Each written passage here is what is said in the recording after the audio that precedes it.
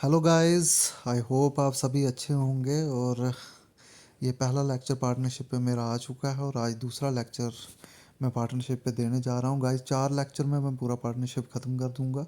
ये मेरा दूसरा लेक्चर है। अगर आपने पहला लेक्चर मेरा नहीं देखा तो आप डिस्क्रिप्शन में मैं लिंक दे दूँगा, वहाँ पे जाके आप मेरा पहला लेक्चर देख सकते हो। क्योंकि अगर आप पहला लेक्चर नहीं देखोगे तो ये लेक्चर आपको समझ नहीं आएगा। तो प्लीज़ गाइस, पहले जाके आप पहला लेक्चर देखें और फिर इस लेक्चर पे आएँ।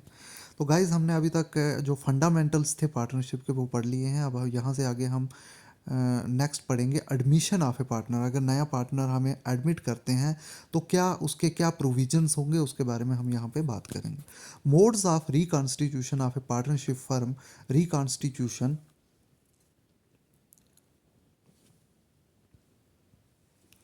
Firm usually takes in any of the following ways. Admission of a partner, तो guys reconstitution of a partnership firm usually take place. तो वो पार्टनरशिप की रिकॉन्स्टिट्यूशन कब होती है? तो इसके गाइज 3-4 केस हैं। पहला केस है जब हम admission of a new partner, जब नए पार्टनर की एडमिशन होती है, उस केस में भी हम रिकॉन्स्टिट्यूशन ऑफ पार्टनरशिप फर्म करते हैं। दूसरा केस है change in the profit sharing ratio. Guys, जब भी प्रॉफिट शेयरिंग रेशो में चेंज आता है तो तब भी उस केस में भी हमें पार्टनरशिप फर्म को दोबारा से रिकॉन्स्टिट्यूट करने की ज़रूरत पड़ती है। गाइज, नेक्स्ट है retirement of an existing partner. अगर कोई पार्टनर रिटायर हो रहा है पार्टनरशिप पे तो उस केस में भी हमें दोबारा से जो है हमें जो है रिकॉन्स्टिट्यूशन करनी पड़ती है पार्टनरशिप फर्म की। और गाइज, नेक्स्ट केस जो है वो है डेथ ऑफ ए पार्टनर। तो ये 4 केस हैं जब हमें एक नई पार्टनरशिप फर्म को दोबारा से रिकॉन्स्टिट्यूट करने की ज़रूरत पड़ती है। तो गाइज, ये आपको जेके एसएसबी सीधा यहाँ से क्वेश्चन पूछ सकती है कि in which case the need for reconstitution of the partnership is required. तो वो आपको यहाँ पे देखना है। पहला केस होगा admission of a new partner, next case होगा change in the profit sharing ratio among the existing partners, तीसरा होगा retirement of an existing partner और चौथा होगा डेथ ऑफ ए पार्टनर। तो ये चारों पॉइंट गाइस आप ध्यान में रखेंगे। Next, according to the partnership act 1932, a new partner can be admitted into the a firm only with the consent of all the existing partners unless otherwise agreed upon. Guys, ये line बहुत important रहने वाली है। आपको मैं बता दूं कि पार्टनरशिप एक्ट 1932 जो है वो ये बात सीधे सीधे कहता है कि नया पार्टनर तब ही एडमिट होगा फर्म के अंदर जब सभी पार्टनर्स का कंसेंट मिलेगा। गाइस, ऑल द पार्टनर्स, ये बात आप याद रखेंगे कि सभी पार्टनर्स जब कंसेंट देंगे तभी आप नए पार्टनर को पार्टनरशिप में एंटर कर सकते हैं। और अदरवाइज आप इस पार्टनरशिप में नया पार्टनर ऐड नहीं कर सकते। अगर सपोज 4 पार्टनर्स हैं, सपोज हमारी पार्टनरशिप फर्म में 4 पार्टनर्स हैं और अगर हमें कोई पांचवा पार्टनर पार्टनरशिप में लाना है तो वो तभी आ सकेगा जब 4 के 4 पार्टनर्स अपना कंसेंट देंगे कि हाँ, हमें नया पार्टनर पार्टनरशिप में चाहिए, तभी वो नया पार्टनर आएगा। और उस केस में फिर हमें एक न्यू पार्टनरशिप को जो हमारी पार्टनरशिप है उसको रिकॉन्स्टिट्यूट करना पड़ेगा कि अब जो नया पार्टनर होगा उसका क्या शेयर होगा और जो पुराने पार्टनर्स हैं उनको कितना शेयर सेक्रीफाइस करना होगा गाइस। तो ये थी पार्टनरशिप की बात। With the admission of a new partner the partnership firm is reconstituted. तो ये बात मैं बता चुका हूँ आपको कि जब हम नया पार्टनर ऐड करेंगे तो हमें पार्टनरशिप को रिकॉन्स्टिट्यूट करने की ज़रूरत पड़ेगी। And the new agreement is entered into, और एक नया एग्रीमेंट भी बनेगा to carry on the business of the firm. उस बिजनेस को चलाने के लिए जब नया पार्टनर ऐड होगा तो हमें पार्टनरशिप फर्म को रिकॉन्स्टिट्यूट करना पड़ेगा। क्योंकि जब हम नया पार्टनर ऐड करेगा तो उसके भी प्रॉफिट बनेंगे, उसके भी लॉसेस होंगे। तो वो जो प्रॉफिट शेयर करेगा तो जो एग्जिस्टिंग पार्टनर्स हैं उनको अपने कुछ प्रॉफिट सेक्रीफाइस करने होंगे उसके लिए। तो वो एक सेक्रीफाइसिंग रेशो भी यहाँ पे निकाली जाती है, वो हम आगे देखेंगे। A new admitted partner acquires 2 main rights in the firm. Guys, ये बात यहाँ पे आपने याद रखनी है कि जो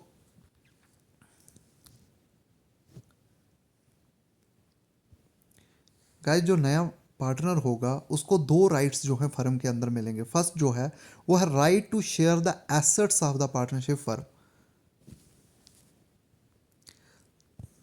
तो first guys,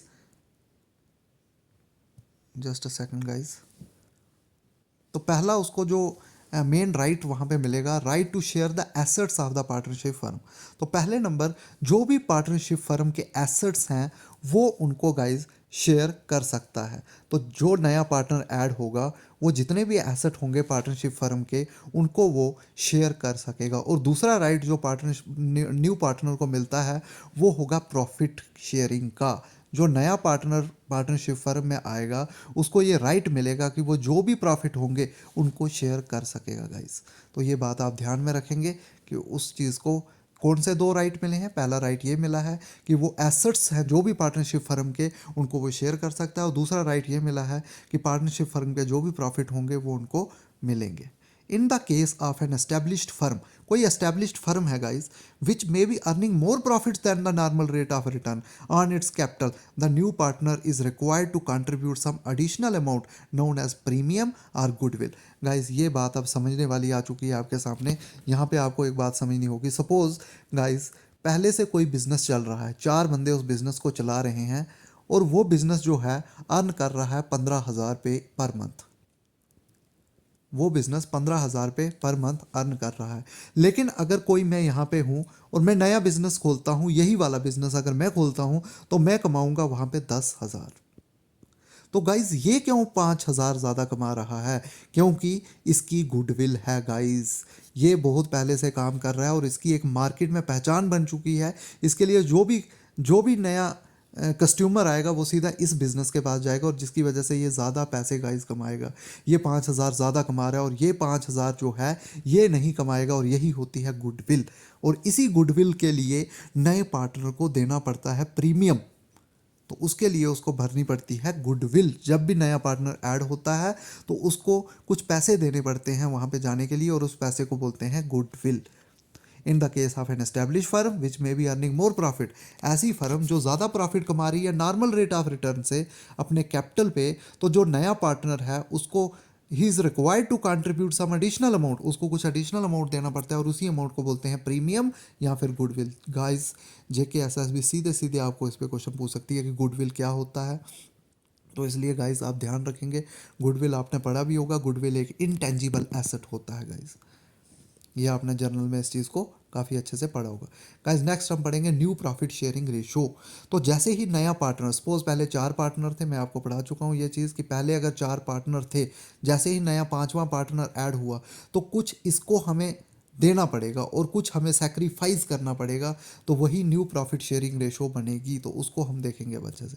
when new partner is admitted he acquire he share in profit from old partners. तो ये बात मैं आपको बता चुका हूँ कि जब हम नए पार्टनर को ऐड करेंगे तो वो प्राप्त करेगा प्रॉफिट्स। कहाँ से प्रॉफिट? वो जो ओल्ड पार्टनर्स हैं उनसे ही उनको प्रॉफिट मिलेंगे। In other words, on the admission of a new partner, जैसे ही नया पार्टनर एडमिट होगा the old partner sacrifice A share of their profit. और जो ओल्ड पार्टनर्स हैं उनको अपना कुछ प्रॉफिट जो है वो सेक्रीफाइस करना पड़ेगा गाइज नए पार्टनर के फेवर में। तो ये गाइज बात याद रखेंगे आप। जैसे चार पार्टनर हैं, नया पांचवा पार्टनर अगर ऐड हो रहा है तो पांचवें पार्टनर को कुछ प्रॉफिट देने के लिए पुराने पार्टनर्स को कुछ रेशो में अपना प्रॉफिट सेक्रीफाइस करना पड़ेगा।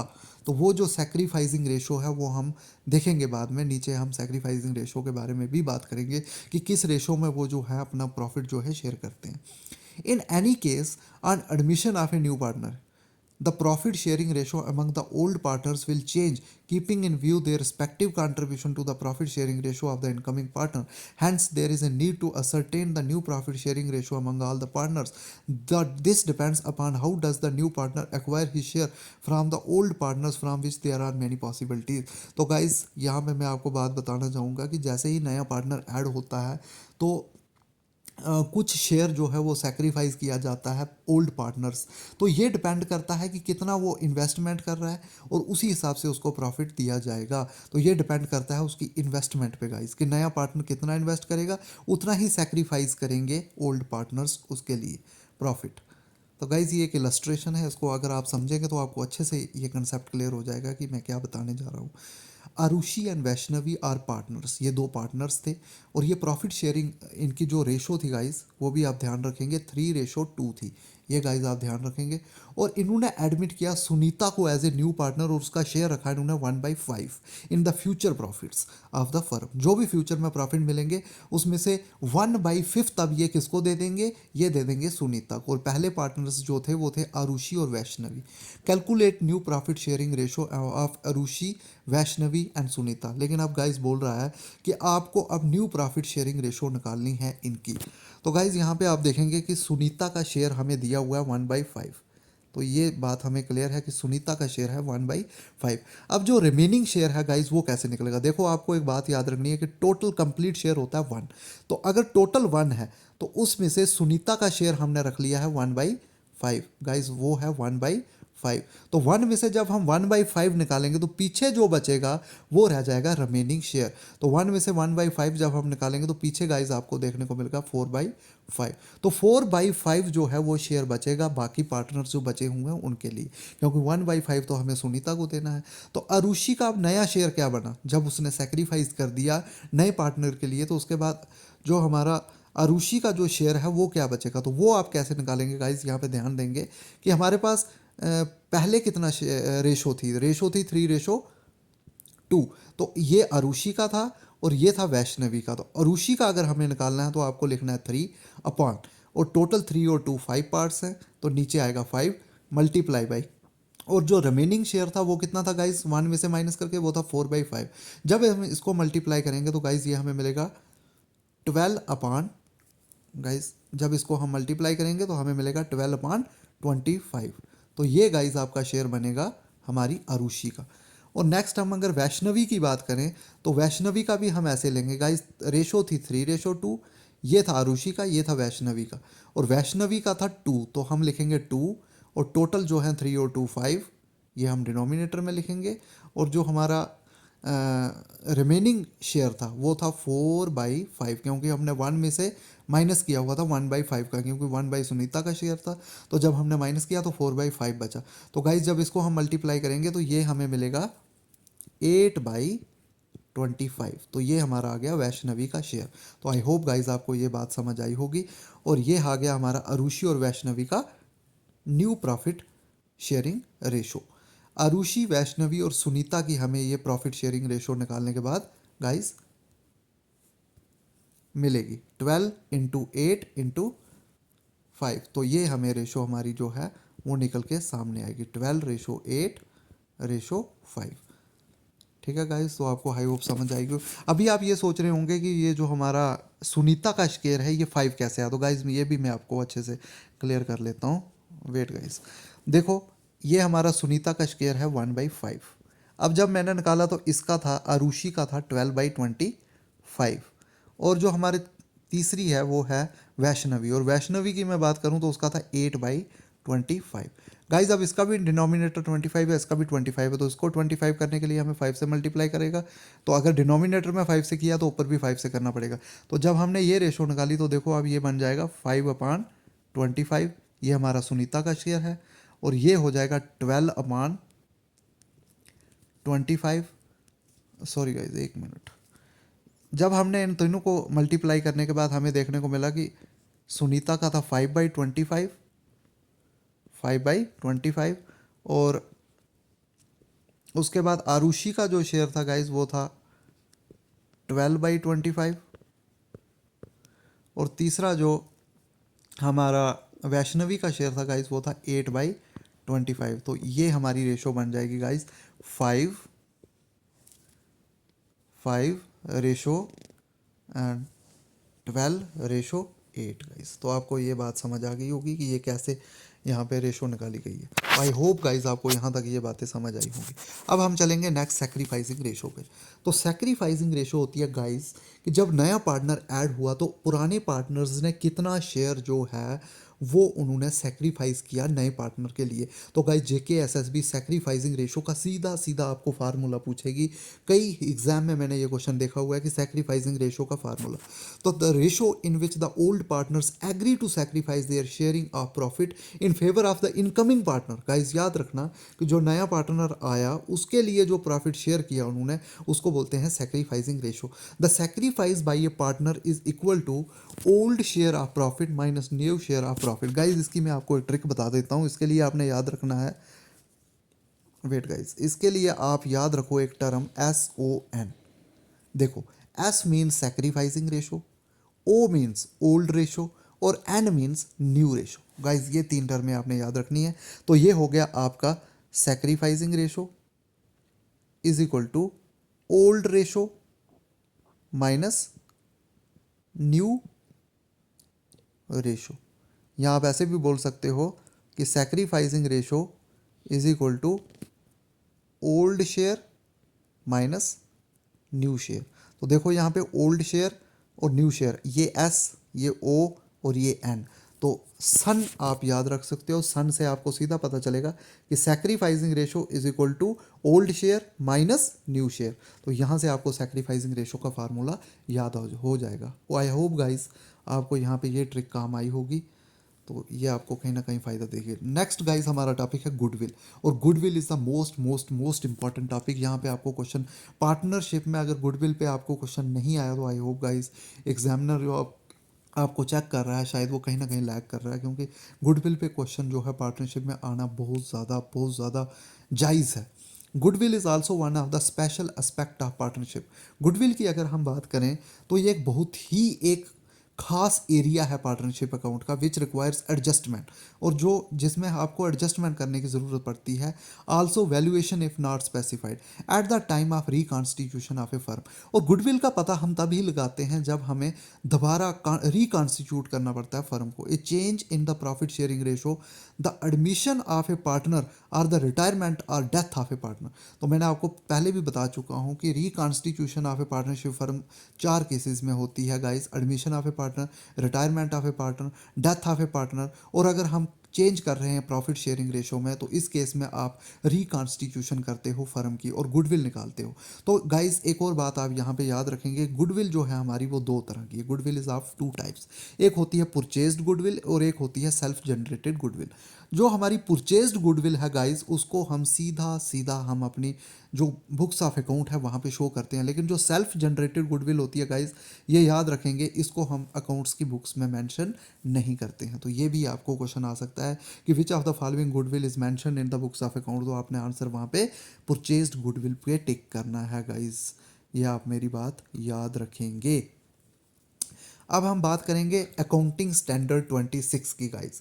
अकाउंटिंग स्टैंडर्ड 26 AS 26 बोलता है goodwill is an intangible asset. तो गाइज ये बात आपने याद रखेंगे कि गुडविल हमारा एक इनटेंजिबल एसेट है। एसेट 2 तरह के होते हैं गाइज, टेंजिबल एसेट और इनटेंजिबल एसेट। जो हमारा टेंजिबल एसेट है उसको हम टच कर सकते हैं और इनटेंजिबल एसेट को हम टच नहीं कर सकते हैं गाइज। इस तरह से आप इस चीज़ को याद रखेंगे। तो गुडविल जो हमारा है वो है tangible asset, intangible asset, sorry guys, and is valued as per the accounting standard, और इसको जो है अकाउंटिंग स्टैंडर्ड के हिसाब से वैल्यू किया जाता है। Self generated goodwill is not shown in the books of account. ये बात याद रखेंगे कि जो सेल्फ जनरेटेड गुडविल होती है गाइज उसको बुक्स ऑफ अकाउंट में रिकॉर्ड नहीं करते हैं, ये बात मैं आपको बता चुका हूँ। While purchased goodwill is shown, और जो परचेज्ड गुडविल होती है, जो एक नया पार्टनर जब आता है वो गुडविल के लिए जो प्रीमियम भरता है तो वो परचेज करता है गुडविल को और वो बुक्स ऑफ अकाउंट में दिखाई जाती है। तो ये बात आप ध्यान में रखेंगे। आई होप यहाँ तक आपको काफ़ी क्लियर हो रहा होगा। Goodwill is shown after valuation when. तो ये गाइज एक MCQ है आपके लिए कि गुडविल को कब दिखाया जाता है। तो a new person is admitted in the firm, जब एक नया पार्टनर, जब एक नया पर्सन जो है एडमिट किया जाता है फर्म में। Eight the time of reconstitution of the firm, जब हम नई फर्म को रिकॉन्स्टिट्यूट करते हैं तब। रिटायरमेंट और डेथ ऑफ ए पार्टनर, जब डेथ होती है पार्टनर। तो गाइज मैंने ये आपको बताया है कि ये तीनों केस हैं जब हम रिकॉन्स्टिट्यूशन ऑफ द फर्म करते हैं और गुडविल की वैल्यूएशन भी उस टाइम पे हम करते हैं। तो गाइज यहाँ पे मुझे आई होप यहाँ पे आपको समझ आई होगी कि इन तीनों केस में हम गुडविल की वैल्यूएशन करते हैं। तो यहाँ पे नीचे मैंने एक्सप्लेनेशन भी आपके लिए रखी हुई है, वेट गाइज, तो यहाँ पे मैंने एक्सप्लेनेशन भी दी हुई है। Goodwill is also one of the special aspect of partnership account which requires adjustment at the time of reconstitution of a firm, a change in the profit sharing ratio, the admission of a partner, retirement of a death of a partner। तो ये चार case हैं, मैंने आपको बता दिया, death of a partner, retirement of a partner, admission of a partner, और चौथा केस है changing in the profit sharing ratio. तो इन चारों केस में हम क्या करते हैं, इन चारों केस में हम गुडविल की वैल्यूएशन करते हैं और रिकॉन्स्टिट्यूशन करते हैं पार्टनरशिप फर्म की। तो गाइज आई होप यहाँ तक आपको काफ़ी अच्छे से क्लियर हो रहा होगा। अब हम थोड़ा सा मीनिंग समझेंगे गुडविल का, यहाँ से आपको गुडविल का कंसेप्ट और भी ज़्यादा क्लियर हो जाएगा गाइज, अगर आप ध्यान से अब यहाँ पे समझने की कोशिश करेंगे। Over the period of time A business firm develops a good name. आपको पता है कि जैसे जैसे टाइम होता है, जैसे जैसे आप किसी काम को करोगे तो आपकी गुडविल बनती जाती है मार्केट में, और जो एक बिजनेस होगा वो एक अच्छा नाम, एक अच्छा रेपुटेशन अपना बना लेगा, वही रेपुटेशन जो है उसकी गुडविल होती है guys. This helps the business earn some extra profits, और इससे जो बिजनेस है वो एक अच्छे खासे एक्स्ट्रा प्रॉफिट कमाने लग पड़ता है गाइज। देखिए, अगर एक मैं आज अगर मार्केट में जाऊंगा और कोई शॉप खोल लूँगा तो वहाँ पे मेरी सेल मुझे लगता है 500 ही होगी, तो ये है normal profit, this is normal profit. लेकिन एक पुराना अगर कोई दुकानदार है, वो वहाँ पे शॉप खोल के रखा हुआ है, तो वो वहाँ पे हो सकता है कि 5000 कमा रहा होगा, लेकिन वो 5000 क्यों कमा रहा है, क्योंकि उसकी गुडविल है, उसकी गुडविल है इसलिए क्योंकि सभी कस्टमर्स उसी के पास जाएंगे, क्योंकि उसकी गुडविल है। मेरे पास कोई आएगा नहीं, तो इसलिए मैं सिर्फ 500 कमाऊंगा, ये 5000 कमाऊंगा। एक ही जगह पे दुकान है लेकिन ये ज़्यादा कमा रहा है, ये मैं कम कमा रहा हूँ, क्यों, क्योंकि इसकी गुडविल है गाइस। तो गुडविल का कंसेप्ट आपको, मुझे लगता है, आई होप आपको समझ आया होगा। गुडविल जो है एक रेपुटेशन होती है, गुड नेम होता है, एक गुड नेम या एक रेपुटेशन आप इसको कह सकते हो बिजनेस की। This help the business earn some extra profits, और इससे बिजनेस एक्स्ट्रा प्रॉफिट कमाता है as compare to a newly set up business, एक न्यूली सेटअप बिजनेस के कंपैरिजन में guys. In accounting, capitalised value of this extra capitalised value of this extra profit is known as goodwill. Guys अब आपको मैं समझाना चाहूँगा कि कैपिटलाइज्ड वैल्यू क्या होती है। गाइज कैपिटलाइज्ड वैल्यू होती है current worth of an asset. कोई भी आपका एसेट है उसकी क्या कीमत है, वो आपकी होगी कैपिटलाइज्ड वैल्यू, और यही कैपिटलाइज्ड वैल्यू जो होती है इसी को बोलते हैं goodwill. For example your firm earn से RS 1200, अगर आपकी फर्म जो है, मान लो आपका जो बिजनेस है गाइज वो कमा रहा है 1200, मान लो आप कि आपका बिजनेस है 1200 कमा रहा है, and the normal profit was expected from the firm is 700। और जो नॉर्मल प्रॉफिट है गाइस, कोई और बिजनेस अगर उस आप 1200 कमा रहे हो लेकिन कोई और करेगा तो वो 700 कमाएगा, क्योंकि आपकी वहाँ पे गुड नेम है, आपका रेपुटेशन है वहाँ पे। और रेट ऑफ रिटर्न है गाइस 10%, ये भी आप ध्यान में रखेंगे कि रेट ऑफ रिटर्न हमें मिल रहा है 10%। In this case goodwill is ascertain as under. तो इस केस में हम गुडविल कैसे निकालेंगे गाइस, आप ध्यान देंगे यहाँ पे। देखो यहाँ पे एक्सेस प्रॉफिट जो है वो होता है actual profit minus desired normal profit. तो एक्चुअल प्रॉफिट हो रहा है 1200 का, जो हमारा डिजायर्ड प्रॉफिट था गाइस, सॉरी नॉर्मल प्रॉफिट जो था गाइस वो था 700, एक्चुअल प्रॉफिट 1200 है, लेकिन वहाँ पे नॉर्मल प्रॉफिट 700 है। तो अगर इन दोनों को माइनस किया जाए तो आगे मिलता है 500, और यही 500 गाइस गुडविल है, क्योंकि ये एक कोई नॉर्मल आदमी वहाँ पे जाके नहीं कमा सकता है, ये वही कमाएगा जिसका गुड नेम है, जिसकी रेपुटेशन है, वही वहाँ पे ये पैसे निकाल के लाएगा, यही पैसे वो कमा के लाएगा गाइस। आई होप यहाँ तक आपको गुडविल का कंसेप्ट क्लियर हो गया होगा। In other words goodwill is the value of the reputation of the firm. Guys अब आपको ये चीज़ काफ़ी हद तक क्लियर हो गई होगी कि जो गुडविल है वो होती है रेपुटेशन ऑफ द फर्म। ये एक रेपुटेशन होती है फर्म की इन रिस्पेक्ट ऑफ द प्रॉफिटर, और उसी की वजह से वो फ्यूचर में अच्छे प्रॉफिट कमाता है, और बाकी नॉर्मल प्रॉफिट कमाते हैं लेकिन वो अच्छे एक्स्ट्रा प्रॉफिट कमाता है, क्यों, क्योंकि उसका रेपुटेशन है, और उसी को बोलते हैं गुडविल गाइज। आई होप गाइज कि आपको मेरा लेक्चर जो है काफ़ी अच्छे से समझ आ गया होगा। Factors affecting the value of goodwill. Guys अब जो गुडविल है उसको कौन कौन से फैक्टर जो हैं वो अफेक्ट करते हैं, किसकी वजह से हमारी गुडविल है जो इंक्रीज होती है या डिक्रीज होती है, उसके बारे में हम यहाँ पे जानेंगे। पहला है नेचर ऑफ द बिजनेस। क्या आपका जो बिजनेस है गाइज वो क्या एक सेंट्रलाइज्ड जगह पे है, कि जहाँ पे ज़्यादा मार्केट है, अगर आपका बिजनेस वहाँ पे होगा तो आपकी अच्छी गुडविल बनेगी, आप वहाँ पे ज़्यादा एक्स्ट्रा प्रॉफिट कमाओगे। A firm that produces high value added products are having stable demand is able to earn more profits and therefore has more goodwill. तो जिसके ज़्यादा अच्छे प्रॉफिट होंगे, जिसके ज़्यादा स्टेबल डिमांड होगी, जिसके हाई वैल्यू एडेड प्रोडक्ट्स होंगे, जिसकी सेंट्रलाइज्ड जगह पे मार्केट होगी, तो गाइस वहाँ पे वो ज़्यादा प्रॉफिट कमाएगा। तो नेचर ऑफ बिजनेस पे भी डिपेंड करता है कि आप किस तरह का बिजनेस कर रहे हो गाइस, इस पे बहुत ज़्यादा डिपेंड करेगी आपकी गुडविल। नेक्स्ट है गाइस लोकेशन। लोकेशन, क्या आपकी जहाँ पे आप काम कर रहे हो, क्या वहाँ पे ज़्यादा ट्रैफिक है, क्या वो सेंट्रली लोकेटेड है? अगर है तो आपकी हाई गुडविल होगी, अगर नहीं है तो आपकी गुडविल ज़्यादा नहीं होगी। नेक्स्ट है गाइस एफिशिएंसी ऑफ मैनेजमेंट, कि आपकी जो मैनेजमेंट है क्या वो एफिशिएंट है? ए वेल मैनेज्ड, अगर अच्छे तरीके से मैनेज्ड मैनेजमेंट होगी तो वो आपको हाई प्रोडक्टिविटी में मदद करेगी। और जब हाई प्रोडक्टिविटी होगी तो आप कॉस्ट एफिशिएंसी में भी आपको वो मैनेजमेंट मदद करेगी, और जिसकी वजह से आपकी गुडविल हाई हो जाएगी गाइस। तो यहाँ पे आप ये ध्यान देंगे कि एफिशिएंसी, मैनेजमेंट की एफिशिएंसी भी बहुत बड़ा रोल प्ले करती है। नेक्स्ट है guys market situation. The monopoly condition अगर यहाँ पे होगी, अगर मोनोपोली होगी गाइस, तो मोनोपोली में आप अच्छे खासे प्रॉफिट कमा के ले आओगे, और जिसकी वजह से आपकी जो अच्छी गुडविल बन सकती है गाइस। मोनोपोली मार्केट में, मोनोपोली होता है गाइस कि जहाँ पे आपका एक सेलर होगा और बायर्स बहुत सारे होंगे, तो ये होती है मोनोपोली, जहाँ पे जो फर्म है वो प्राइस मेकर होती है गाइस। तो आगे चलेंगे, ये आपने इकोनॉमिक्स में ये कंसेप्ट पढ़े होंगे। नेक्स्ट है special advantage guys. The firm that enjoys special advantages like import license, low rate and assured supply of electricity, long term contracts for supply of materials, well known collaborators, patents, trademarks, enjoy higher value of goodwill। तो जो firms special advantage gain कर रही हैं guys, उनकी भी high goodwill होती है। तो ये 5 हमने स्टेप्स पढ़े हैं जहाँ पे ये फैक्टर्स हैं जो अफेक्ट करते हैं गुडविल को। पहला है गाइस नेचर ऑफ बिजनेस, पहला आपको नेचर ऑफ बिजनेस मिलेगा। नेक्स्ट है लोकेशन, थर्ड है एफिशिएंसी ऑफ मैनेजमेंट, और फोर्थ है गाइस मार्केट सिचुएशन। फोर्थ आपको मार्केट सिचुएशन देखने को मिलेगा, और फिफ्थ है स्पेशल एडवांटेज गाइस। तो आई होप आपको ये सारी बातें क्लियर हो चुकी होंगी। नेक्स्ट है guys need for valuation of goodwill. अब गुडविल को निकालने की ज़रूरत क्या पड़ी guys? Normally the need for valuation of goodwill arises at the time of sale of a business. जब भी हम अपने बिजनेस को सेल करेंगे गाइस, तब गुडविल को निकालने की ज़रूरत पड़ेगी।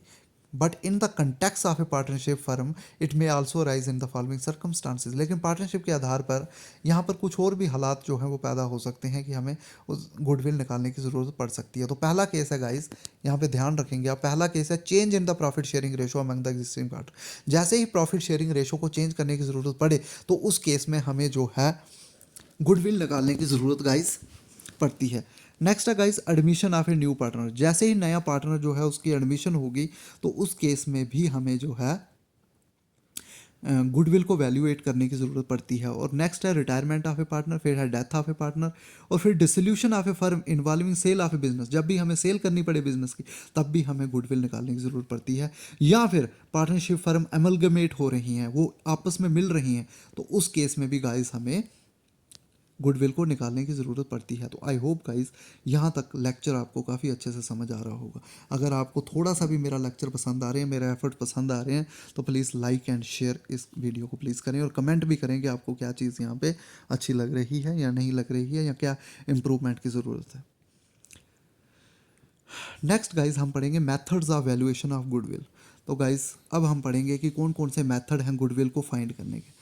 The important methods of valuation of goodwill are as follows.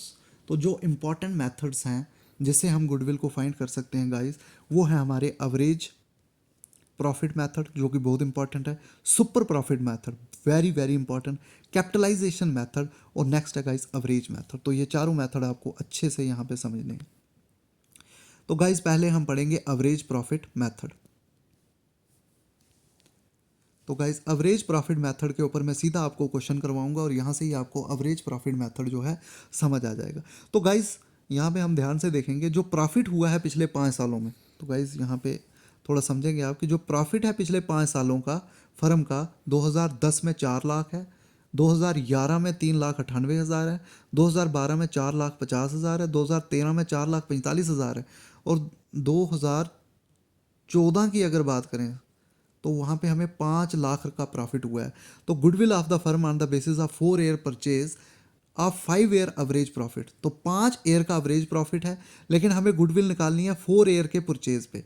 तो ये गाइस ध्यान रखेंगे। तो एवरेज प्रॉफिट का कैसे हम निकालते हैं अभी मैं इसको आपको बताऊंगा। तो गाइस सबसे पहले आपको क्या करना है, यहाँ पे ध्यान देंगे आप कि सबसे पहले आपको गाइस यहाँ पे एवरेज निकालनी है। ये पिछले जो 5 साल के प्रॉफिट है उनकी एवरेज निकालनी है। तो एवरेज कैसे निकालते हैं गाइस, इन चारों को, इन जो 5 साल का पिछला प्रॉफिट है उन सबको आपको प्लस करना है। तो गाइस मैं आपको प्लस करके दिखा देता हूँ यहाँ पे। तो पहले आप 2010 में आपने 4 लाख कमाया था, 2011 में 3,98,000, 2012 में आपने 4,50,000, 2013 में 4,45,000 और 2014 में आपका आ गया था 5 लाख। तो गाइज जब इनकी मैं एवरेज निकालूंगा तो वो एवरेज इन सबको ऐड करना है डिवाइडेड बाय 5, और जब ये हम काम करेंगे तो हमें जो है एवरेज प्रॉफिट जो है हमें यहाँ पे मिलेगा। तो टोटल जब हमने किया वो मिला हमें 21,93,000, और जब हम इसको डिवाइड करेंगे 5 से गाइज तो हमें जो है एवरेज प्रॉफिट जो हमें मिलेगा वो 4,38,600 मिलेगा गाइज। तो आई होप यहाँ तक आपको समझ आ गया होगा कि 4,38,600 कैसे आया। तो 4,38,000 गाइज 600 आपको एवरेज यहाँ पे देखने को मिलेगी। तो अब गुडविल कैसे निकलेगी गाइस, तो गुडविल का फार्मूला गाइस है एवरेज जो प्रॉफिट आपने निकाले उसको नंबर ऑफ एयर परचेज से आपने मल्टीप्लाई करना है। तो गाइस मैं आपको ऊपर दिखा लेता हूँ क्वेश्चन में कि देखो यहाँ पे आपको पिछले 5 साल के प्रॉफिट बताए हुए थे, और उसके बाद बोला था आपको कि 4 एयर परचेज। तो ये आपको यहाँ पे दिया हुआ है कि 4 एयर के परचेज पे आपको निकालना है। तो गाइज आई होप आपको यहाँ पे समझ आई होगी। अब देखो ये हमारा 4 एयर के परचेज पे, तो नंबर ऑफ एयर परचेज आएगा 4। एक minute guys, just a wait.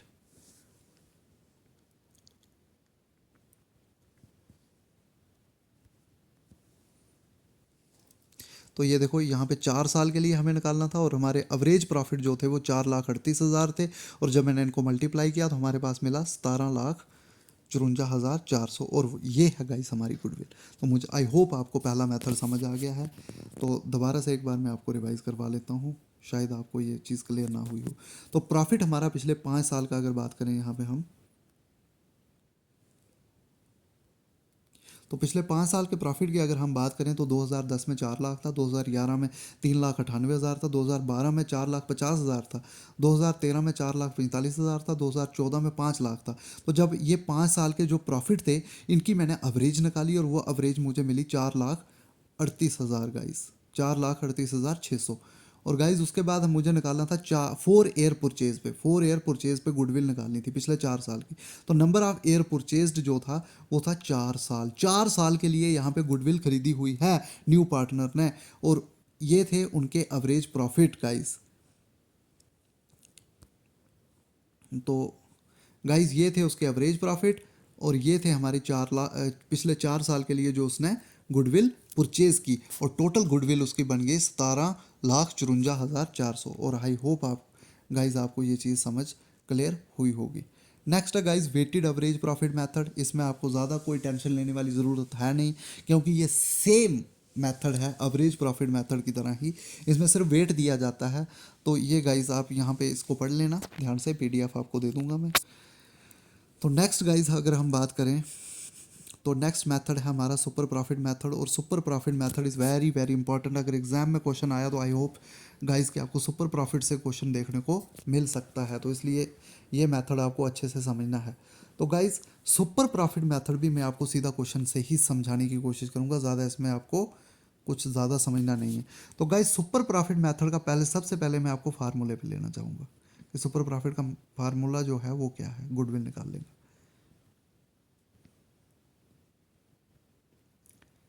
तो गाइस सीधा मैं आपको पहले फार्मूला ही बताऊंगा कि आपको कैसे गुडविल इसकी निकालनी है। तो गाइस इसका जो है गुडविल का जो फार्मूला होता है वो होता है सुपर प्रॉफिट, कि जो आपको पहले सुपर प्रॉफिट निकालने हैं, और सुपर प्रॉफिट को आपको मल्टीप्लाई करना है नंबर ऑफ एयर परचेज पे। तो गाइस इसके लिए आपको पहले चाहिए सुपर प्रॉफिट। तो सुपर प्रॉफिट निकालने, super profit multiply by number of air purchase. तो अगर सुपर प्रॉफिट हमें निकालने हैं पहले, उससे पहले हमें सुपर प्रॉफिट चाहिए। तो सुपर प्रॉफिट कैसे निकलता है, तो सुपर प्रॉफिट का भी गाइस फार्मूला है। सुपर प्रॉफिट निकलता है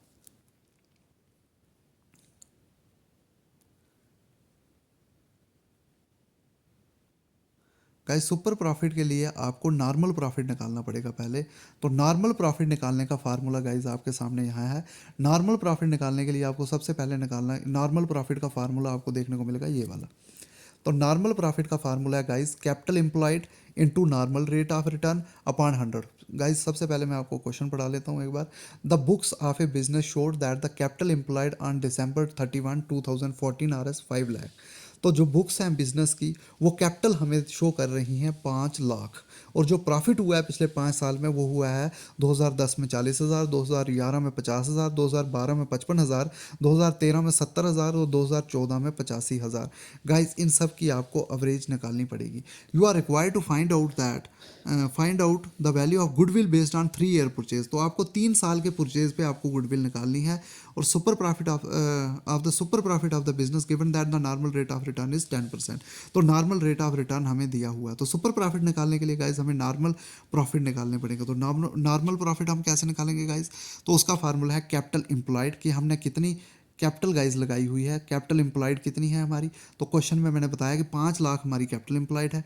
नॉर्मल रेट ऑफ रिटर्न हमें 10% दिया हुआ है और अपान 100 करना है गाइज। तो ये ध्यान में रखेंगे आप कि अपान में आपको 100 ले आना है। तो देखिए गाइज ये हमें दिया हुआ था कि 5 लाख हमारी कैपिटल है। तो यहाँ पे हम जब ये चीज़ें फार्मूले में पुट करेंगे तो हमें हमारे जो हैं नॉर्मल प्रॉफिट हमें मिल जाएंगे 50,000। नॉर्मल प्रॉफिट जब हमें 50,000 मिले तो उसके बाद हमें एवरेज प्रॉफिट निकालने हैं। तो एवरेज प्रॉफिट जो पिछले 5 साल का प्रॉफिट है उसकी एवरेज निकालनी होती है गाइज। वो पिछले क्वेश्चन में भी हमने सीखा था। तो ये हमारे पिछले 5 साल के प्रॉफिट्स, इनकी जब हम एवरेज निकालेंगे गाइज तो वो हमारी एवरेज सामने निकल के आएगी 60,000 गाइज। तो एवरेज प्रॉफिट 60,000 है, नॉर्मल प्रॉफिट 50,000 है। तो यहाँ से हम सुपर प्रॉफिट को कैलकुलेट कर देंगे जो कि होता है average profit minus normal profit. तो गाइज यहाँ पे ध्यान देंगे कि जो हमारा सुपर प्रॉफिट है, सुपर प्रॉफिट जो है वो होता है average profit minus normal profit. और नॉर्मल प्रॉफिट का फार्मूला मैंने आपको बता दिया ऊपर। तो ये सब निकालने के बाद जब हम इसको निकालेंगे तो गाइस हमें 10,000 पे हमारा सुपर प्रॉफिट मिलेगा। और लास्ट पे हमें गुडविल निकालनी है। गुडविल निकालने का फार्मूला मैं आपको बता चुका हूँ गाइस कि गुडविल जो होती है वो होती है super profit multiply by number of air purchase. तो गाइस थोड़ा सा लेंथी फार्मूला है ये। तो इसमें आपका जो है सुपर प्रॉफिट 10,000 है, number of air purchase of goodwill जो थे वो 3 साल थे। तो इनको जब हम मल्टीप्लाई करेंगे आगे हमें 30,000 मिलेगा। तो आई होप गाइस यहाँ से आपकी गुडविल निकल जाएगी। तो आई होप यहाँ तक आपको चीज़ें क्लियर हुई होंगी। नेक्स्ट गाइज एक एमसीक्यू है आपके सामने कि value of goodwill is enhanced by affected. तो जो गुडविल है वो किससे अफेक्ट होती है गाइज, ये आपने बताना है। तो मैंने आपको 4 फैक्टर बताए थे, यहाँ पे आपको 3 दिए हुए हैं। लोकेशन ऑफ द एंटाइटी कि क्या आपका बिजनेस जो है सेंट्रली लोकेटेड है तो वहाँ पे ज़्यादा गुडविल होगी। प्रोडक्ट डिफरेंशिएशन, जब आप अपनी प्रोडक्ट में डिफरेंशिएशन लाओगे तो उससे भी आपकी गुडविल इंक्रीज होगी। स्टेबिलिटी ऑफ द प्रॉफिट कि अगर आपके प्रॉफिट स्टेबल हैं तो उससे भी आपकी गुडविल जो है इंक्रीज होगी। तो गाइज इन सब से गुडविल अफेक्ट होती है। तो इसलिए इसका आंसर होगा all of the above. I hope guys आपको ये एमसीक्यू काफ़ी आसान लग रहे होंगे। New partner is admitted to the firm and becomes entitle to. जब नया पार्टनर ऐड होता है फर्म में तो वो किसका हकदार बनता है guys? Accumulated profit of the partnership firm, accumulated reserves of the partnership, future profit या प्रेजेंट प्रॉफिट। तो गाइज ये बात याद रखना कि जो नया पार्टनर एडमिट होता है फर्म में वो सिर्फ फ्यूचर प्रॉफिट का ही हकदार होता है, बाकी किसी भी प्रॉफिट का वो हकदार नहीं होता है। आई होप गाइज यहाँ तक आपको एमसीक्यू काफ़ी अच्छे लग रहे होंगे। द करेक्ट फार्मूला इज, तो आपको करेक्ट फार्मूला बताना है सैक्रिफाइसिंग रेशो का गाइस। तो सैक्रिफाइसिंग रेशो के लिए अगर मैंने जो ट्रिक बताई थी क्या आपको याद है गाइस? तो है तो बताइए, SON। तो SON का मतलब है sacrificing ratio is equal to old share minus new share. तो देखो यहाँ पे कहाँ लिखा हुआ है sacrificing ratio first part, old ratio minus new ratio, SON son. तो आई होप गाइस यहाँ पे ये ट्रिक आपके काम आ गई, क्योंकि बहुत मुश्किल हो जाता है एग्जाम में, इतना प्रेशर होता है कि वहाँ पे फार्मूले हो सकता है आपको old ratio minus new ratio की जगह new ratio minus old ratio याद आ जाए। तो इसलिए काफ़ी इंपॉर्टेंट हो जाता है कि आप कोई ना कोई ट्रिक दिमाग में रखें। तो ये गाइस एक्सप्लेनेशन है उसकी, sacrificing ratio minus old ratio is equal to new ratio. ये तो डीप ऑप्शन है। तो ए पार्ट इसका आंसर था, ये देखिए sacrificing ratio is equal to old ratio minus new ratio. और एक्सप्लेनेशन नीचे दी हुई है, sacrificing ratio refers to the amount sacrificed by the old partner for the new partner.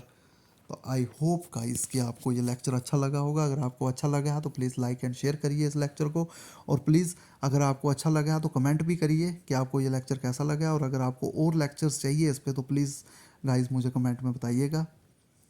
And thank you so much.